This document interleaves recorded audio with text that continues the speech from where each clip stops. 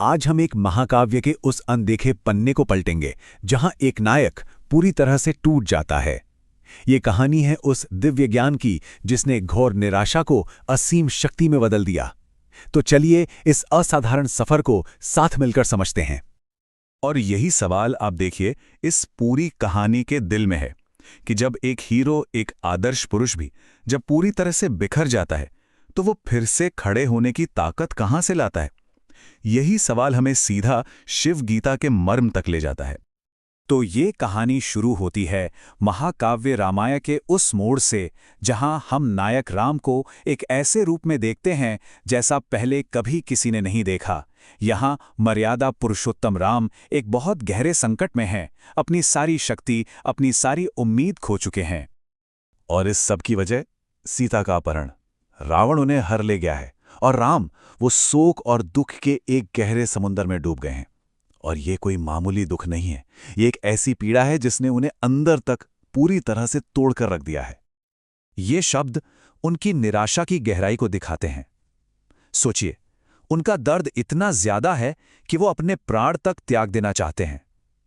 ये उस महानायक की जिंदगी का सबसे सबसे अंधकारमय पल है, जब ऐसा लगता है कि अब कोई उम्मीद बची ही नहीं है।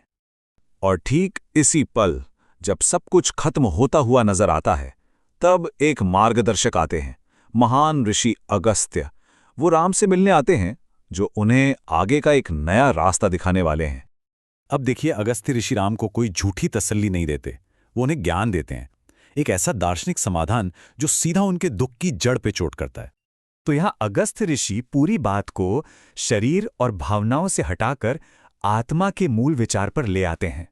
वो समझाते हैं कि हमारा जो असली स्वरूप है वो ये आत्मा ही है, एक शुद्ध चेतना जो दुख और दर्द से बिल्कुल परे है, जो न कभी जन्म लेती है और ना ही कभी मरती है।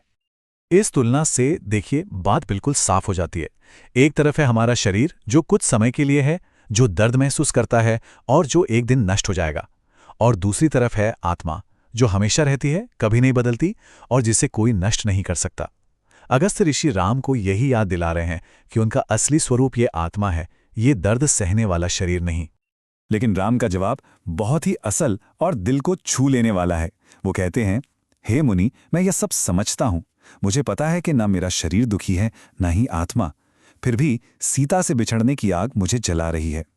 और यहीं ये बात सामने आती है कि सिर्फ किताबी ज्ञान या सिर्फ दिमागी समझ मन के दर्द को शांत करने के लिए काफी नहीं होती। पर अगस्त्य ऋषि यही नहीं रुकते।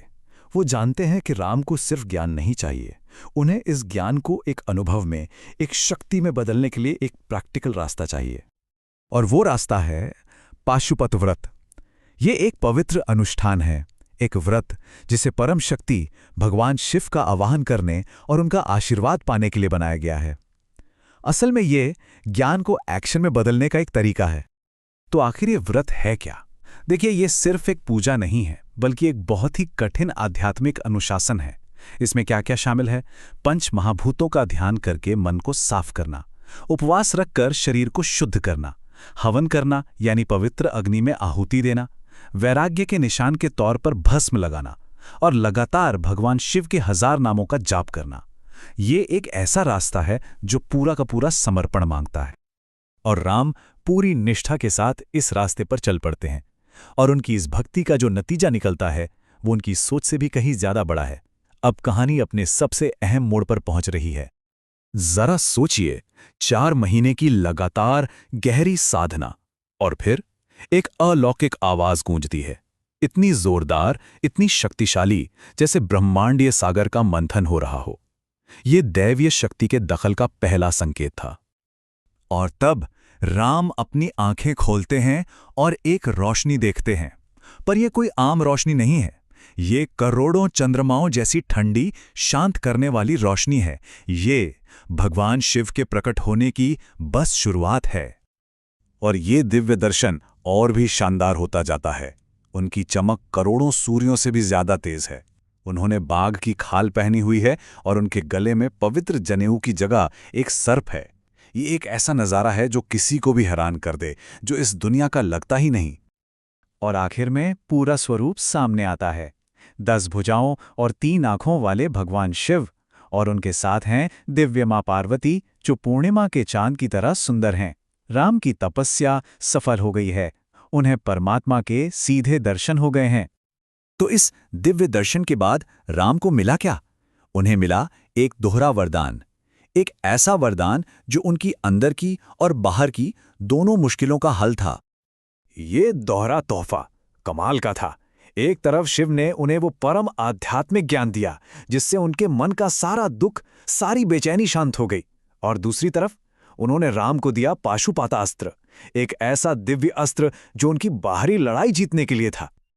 और सुनिए, ये कोई मामूली हथियार नहीं था।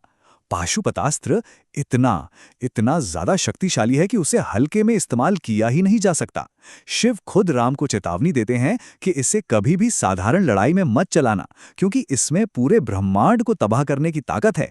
ये इस बात का प्रतीक है कि बड़ी शक्ति के साथ बहुत बड़ी जिम्मेदारी भी आती है। तो आखिर में हम देखते हैं राम का पूरा ट्रांसफॉर्मेशन। वो अब शोक में डूबे हुए इंसान नहीं हैं, बल्कि उनके पास एक मकसद है। वो लाचार नहीं बल्कि ताकतवर हैं। अब वो सिर्फ हालात के शिकार नहीं बल्कि अपनी किस्मत लिखने वाले हैं, क्योंकि अब उनके पास अंदर का ज्ञान भी है और बाहर की शक्ति भी। और यहीं पर यह कहानी हमें एक बहुत गहरे सवाल के साथ छोड़ जाती है। राम की ये यात्रा हमें सिखाती है कि हमारी जिंदगी की सबसे बड़ी मुश्किलों में ही हमारी सबसे बड़ी ताकत को खोजने का मौका छिपा होता है। तो सवाल यह है कि हम सब अपनी चुनौतियों का सामना करके अपने अंदर की कौन सी शक्ति को जगा सकते हैं।